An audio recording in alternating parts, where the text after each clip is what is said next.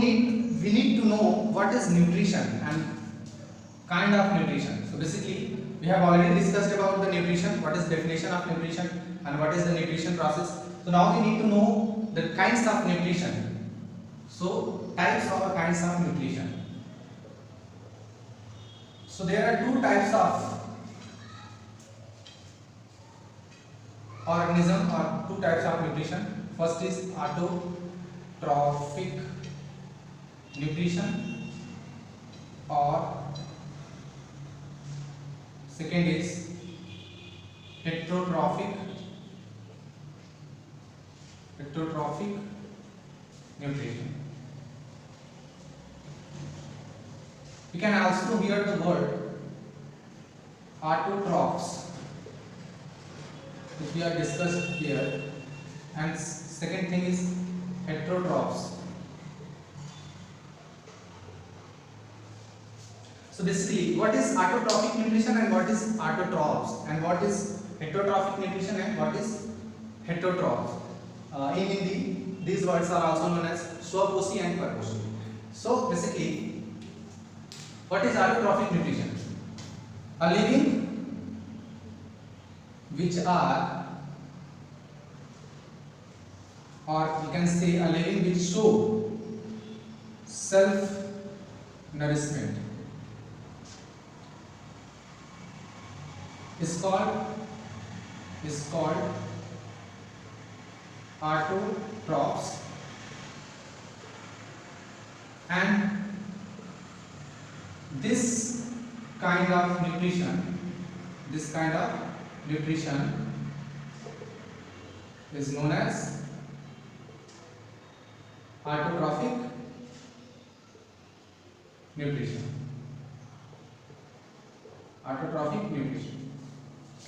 So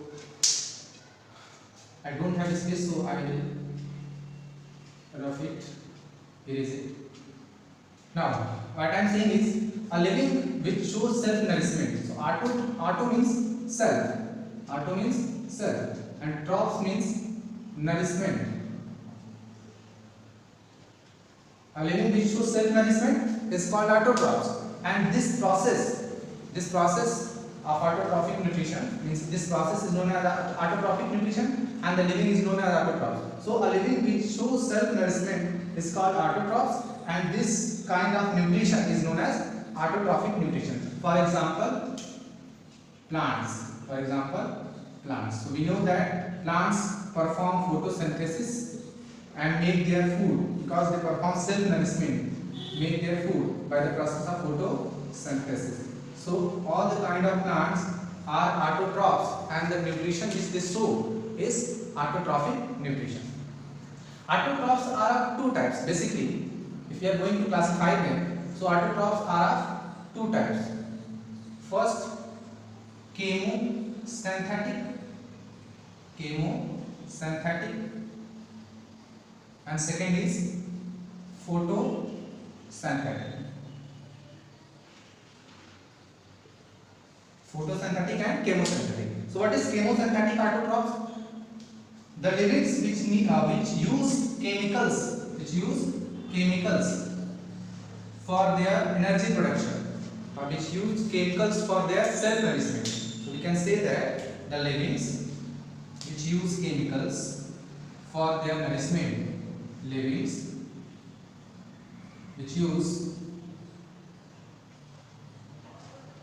chemicals for their nourishment is known as chemosynthetic autotrophs. What I am saying is chemosynthetic autotrophs means they are able to obtain their energy, they are able to perform self nourishment process by using chemicals, and these organisms are called chemosynthetic. For example, bacteria. There are some bacteria which are able to obtain their energy, which are able to create energy by using chemicals like sulfur bacteria, iron bacteria, and some other, etc. So there are some bacteria which are able to. First thing, if you want to know, there is a very important thing. The first living creature on earth is a chemosynthetic organism, because on that time there was no oxygen in the environment. So firstly, when chemosynthetic livings are formed first time, and they perform some processes, and after that oxygen involved on that past time. So the chemosynthetic autotrophs is the livings which use chemicals for their energy production or for their nourishment. Second is photosynthetic, which is very common and you all know about them. Photosynthetic, which use light for their nourishment. And we also know that they perform process of photosynthesis.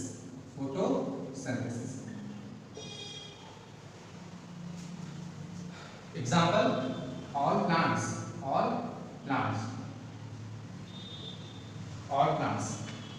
So this is the autotrophic nutrition and autotrophs and their types. Now we are going to discuss about the process of photosynthesis. What is the process of photosynthesis and how it will be performed in plants, and what kind of matters which used in this process. We are going to discuss about that topics. So photosynthesis, remember we are studying about the autotrophic nutrition. So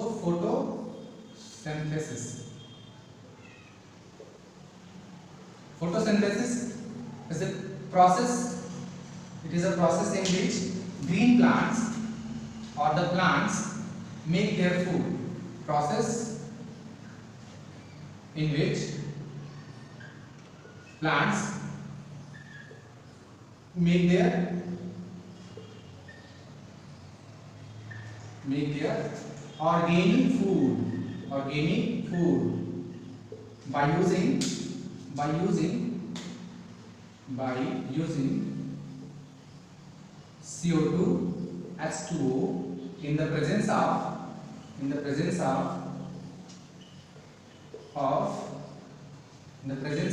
what? Sunlight and chlorophyll. So basically we know that chlorophyll is a pigment which is present in the leaves of plants. Due to this chlorophyll, the plants look green in color. Basically their leaves are green, and the green parts are green due to presence of chlorophyll. And basically chlorophyll contains a very important element, which is magnesium. Magnesium is the major element which help in formation of chlorophyll. So what I am saying is photosynthesis process in which plant make their organic food. Remember, plant always make their organic food. So there are two kinds of matters. One is inorganic and one is organic, on the basis of presence and absence of carbon. So if there is a component which have carbon, this is called organic, and if there is component which do not have the carbon, it is called inorganic. So what is the reaction of this process? CO2, H2O in the presence of, sorry, I am writing here because of this case, CO2, H2O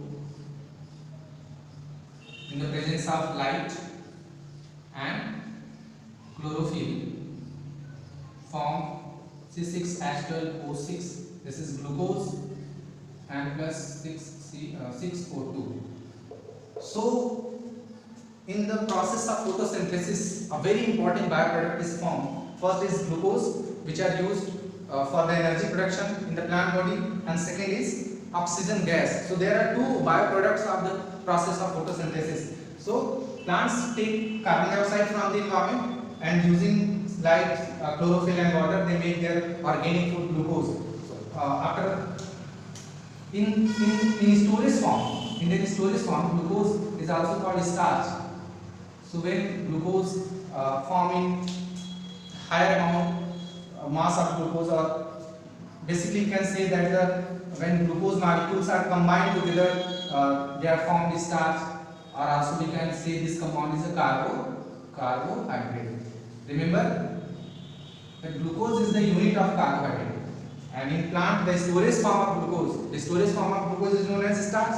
And carbohydrate, what is carbohydrate? The component which makes by the composition of carbon, hydrogen and oxygen. So basically starch is the storage food. Basically you can say starch is the storage food of plant body, and glucose which form after the process of photosynthesis. So there are some amount of glucose which used in process of respiration of the plant body for energy production, but some amount of glucose which remaining after the process of respiration is stored in the form of starch inside the plant. And basically glucose is the unit of carbohydrate. Okay, so now we are going to discuss about another kind of nutrition, which is heterotrophic nutrition. Heterotrophic nutrition or heterotrophs.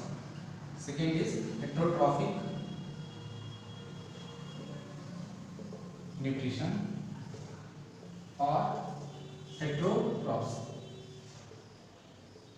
So what are heterotrophs? Which show heterotrophic nutrition. Basically, in simple word, we can say that heterotrophs which perform heterotrophic nutrition.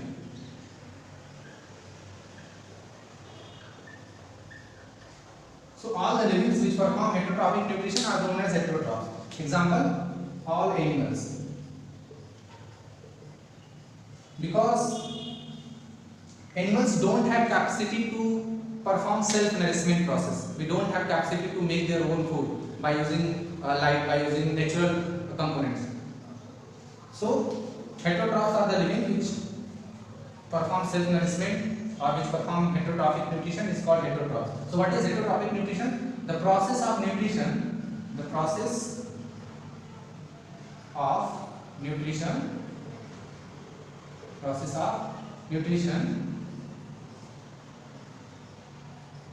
in which livings do not perform self-nourishment process or do not perform self-nourishment is called heterotrophic nutrition. Basically the heterotrophs organisms are divided into three following groups. What is the group? Heterotroph divided into three following groups. And the most important thing about heterotrophs, all heterotrophs are dependent directly or indirectly on the autotrophic organisms. What I am saying is all the heterotrophs livings are living dependent on the autotrophs directly or indirectly. So every living which are heterotroph means which are not able to make their own food, they are always dependent directly or indirectly on the autotrophic creatures. Okay, now we are going to discuss about the types of heterotrophs. So there are three kinds of heterotrophs or three different kinds of heterotrophs. First is heterotrophs. Three kinds of heterotrophs. What is that? First is parasites. Second is saprophytes, and third one is holozoic. So what is parasite?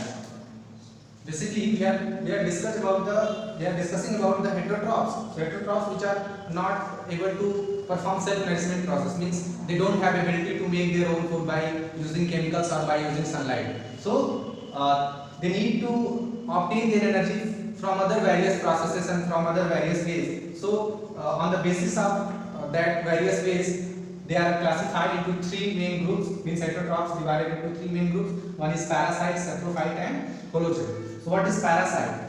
Parasites are the living, in a simple word we can say living on other living.